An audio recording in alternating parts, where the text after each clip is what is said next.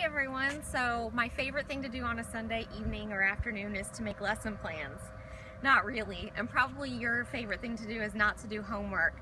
So I got to thinking, my brain works the same way that your brain works. Whenever I'm brainstorming for lesson plans, I try to think of what I like and how I can put myself into it. And whenever you guys brainstorm for your research essay or you're gathering information, your brain might work in a similar pattern, maybe not. But at this point, you guys know pretty much that I'm crazy and I'm silly and I like to do things. So I'm trying to combine this beautiful fall day and having fun, and also a way to teach you so that you can have something to go back to and look at outlines. So how does my brain work? Well, I was thinking outlines. What does that make me think of? And that's what I always ask myself. And that made me think of chalk outlines. So then it made me think of these chalk outlines. Yes, that's literally me. And yes, that's literally my husband. I made him chalk outline me and I chalk outline him in front of the school on a Sunday evening.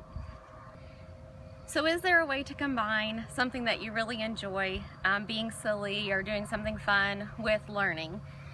I made a rough outline, literally a rough outline to teach you rough outlines. And I kind of set up, I was thinking also another thing that I like to do on a fall afternoon is look at flowers. And I've always wondered, remember we talked about research always starts with a question, and I've always wondered what is the difference between a weed and a flower, because a lot of times weeds flower or flowers look like weeds. And so I looked that up, and obviously I can't do like an entire research essay on that for you, but I'm going to show you how to set up the two different outlines based on that question. So one would be the block outline, which you watched in that video, and then one would be the point by point outline. And I'm going to show you how I would set that up if that were my topic. I'm going to pretend that this parking space out in the teacher's lot is my paper or my template. And if I were writing on notebook paper, this is the way I would do it, but I'm going to use it to show you how you line up a formal outline.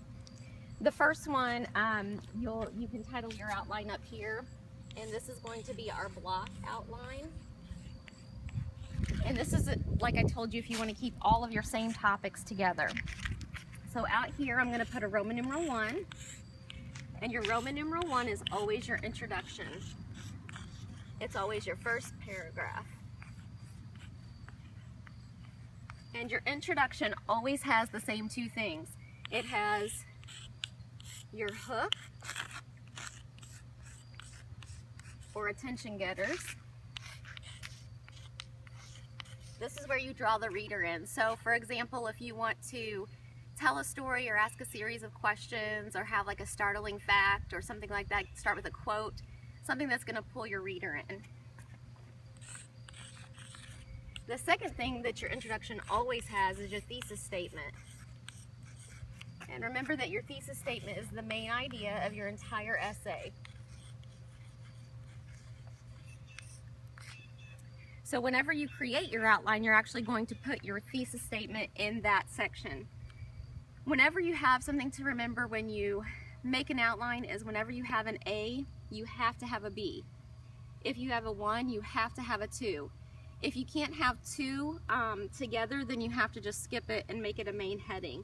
So here we have an A and B, so we're good, but I couldn't just put an A and leave it that way. Okay, then we go to our second paragraph, and it's Roman numeral 2. And if you notice, my Roman numerals are going to line up, and my capital letters are going to line up. And you can set up your paper to do that automatically, which most of you probably know at this point. So block. This is where you focus on the similarities and then the differences, and then the similarities and then the differences. So the first thing I'm going to discuss are the similarities and differences of where weeds and flowers grow.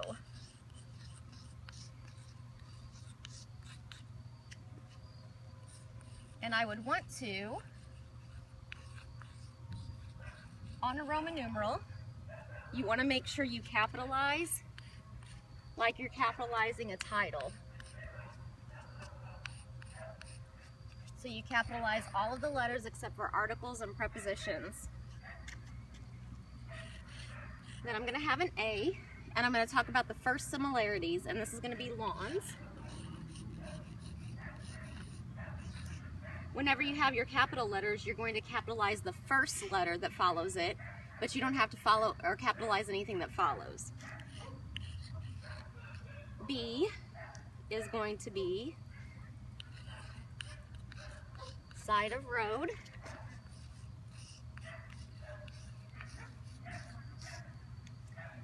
And those are similarities between weeds and flowers.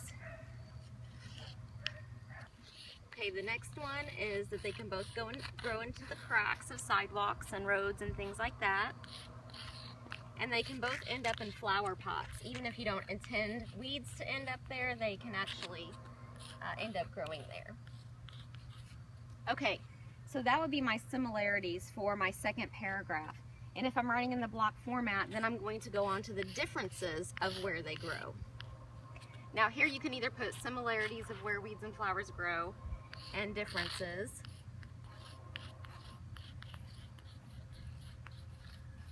If you would like.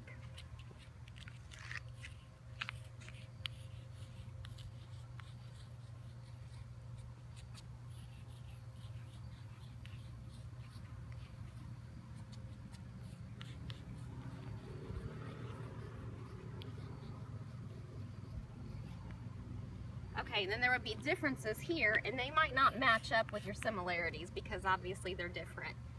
So differences might not be, or might be that flowers are sometimes wanted where weeds usually are not wanted in a garden or in a yard.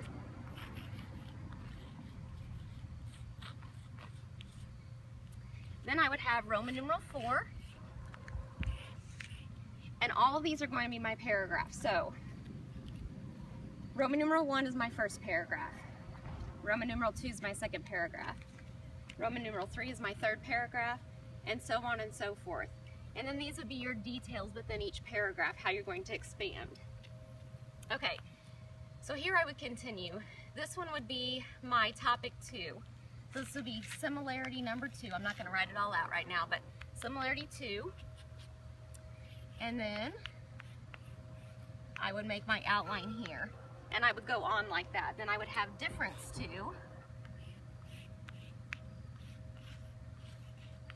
And I would write out my differences. And I would continue that through. Here's my difference, or my similarity 3.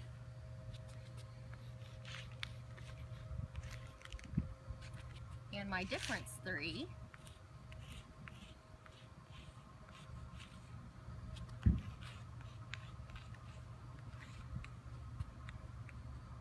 And then I would have my conclusion.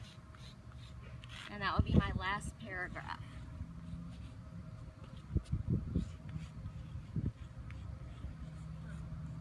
Okay, so your conclusion. You can do the same thing that you did in your introduction. You can ask questions. If you ask questions, you can answer them. You can end with a quote. You can end with a startling fact. You can restate your thesis. You can sum up your main points. But that's where you would end. Do a really good job pre-writing, and you set up your outline, and you have all the details you need to have. Once you start writing your essay, everything just falls into place. It becomes really, really easy. We talked about your note cards, and later, like after you've done some research, let's say I did some research on lawns. Later I would go in and I would put my note cards here. So I would put, I'm going to put card 1A here and 4C. And then that way, once you start writing your essay, every time you get to a point, let's say this one would be 2B and 3D, and this one would be 2F. What makes that so easy is that when you're writing that paragraph, you just start writing about lawns, and then you plug in those quotes or paraphrases from those note cards. You start writing about the side of the road, and you plug in notes, quotes and paraphrases from those note cards. You start writing about cracks, and then before you know it, that paragraph is completely developed, and you don't have to stop and think, what am I going to write next? Where am I going to put these cards? I have to include all of these sources. How do I know when to put them in? This is the very best way of like writing your paper before you even start to write it. Okay. But let's say you want to do the point point by point version. Here you would set up your introduction, your hook, attention getter, and thesis statement the same way. But then you would have Roman numeral 2 is where weeds and flowers grow. And then if you look, I've separated it into A, similarities, and then I broke it down into numbers underneath. And then B, differences, and I broke it down into numbers underneath. So that means that everything in paragraph 2 will be the similarities and differences. Then I move down to the next Roman numeral 3, required maintenance. Here's the similarities. Here's the differences. So I might talk about how most people want to keep flowers, but they want to kill weeds. But some people like to keep weeds also if they think they're pretty. Then you have resiliency. Weeds are usually more resilient than flowers, so they hang out and they can survive in tougher conditions. And then that would lead me into growing conditions. Then I have my next one, Roman numeral 4, which would be paragraph 4. Beauty is in the eye of the beholder. Both weeds and flowers can be colorful and lush, and both can be mistaken. Sometimes you can mistake a flower for a weed or a weed for a flower. They can kind of go back and forth. And then you have your conclusion. So they're pretty much the same. This one just makes each paragraph have both the similarities and differences.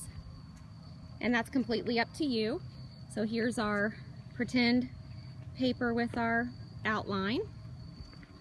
Or we have our outline like this, where we have each similarity and each difference is each its own paragraph. Okay, so this week you have to do an outline, and hopefully you have pre-written enough, like in those middle categories. You had 3 subtopics you had to break it down into, and then in each of those you had similarities and differences. If you've done really, really strong pre-writing, you can break down your topics and your subtopics pretty easily like that. And so my task to you is, you have to do a rough outline anyway. And if you want to just type your outline, that is perfectly fine with me. But if you want to be a little more creative because it's a beautiful week and the weather's going to be wonderful and you want to get out and do something kind of silly or fun or creative, you can do that with your outline. And then I want you to either video it, or you can take a picture with your finished creation and post it to the classroom feed. So this week you have until Wednesday. I'd like you to go out and, like I said, if you can. If you're not an outdoorsy person, you don't want to be out with the bugs, you don't like sidewalk chalk, things like that, you don't have to do it that way. I'm going to give you a couple of other suggestions on ways that you can be creative with your outline. And if you do this, if you do a creative outlet with it, then I will give you points for your rough outline, and I will also give you bonus points for kind of stepping out of the shell, because nobody wants to be stuck doing lesson planning, homework on a Sunday night or a Monday night or a Tuesday night, just stuck at home when it's so beautiful outside. Also, who says that work always has to be boring? Research can be exciting and fun.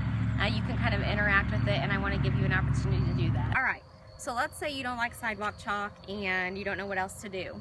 You can go to a bathroom mirror, and you can use dry erase marker, and you can make your outline on the mirror and then take your picture in the mirror, like I know all of you guys like to take selfies that way. You can use like objects, like if you want to use a leaf or acorns, you might make like all of the pink flowers would be your Roman numerals, all the white flowers might be your capital letters. You might get some weeds to throw in to be your numbers or whatever you want to do like that. You could use leaves or acorns to kind of like set up your rough outline. You could come over to a tree.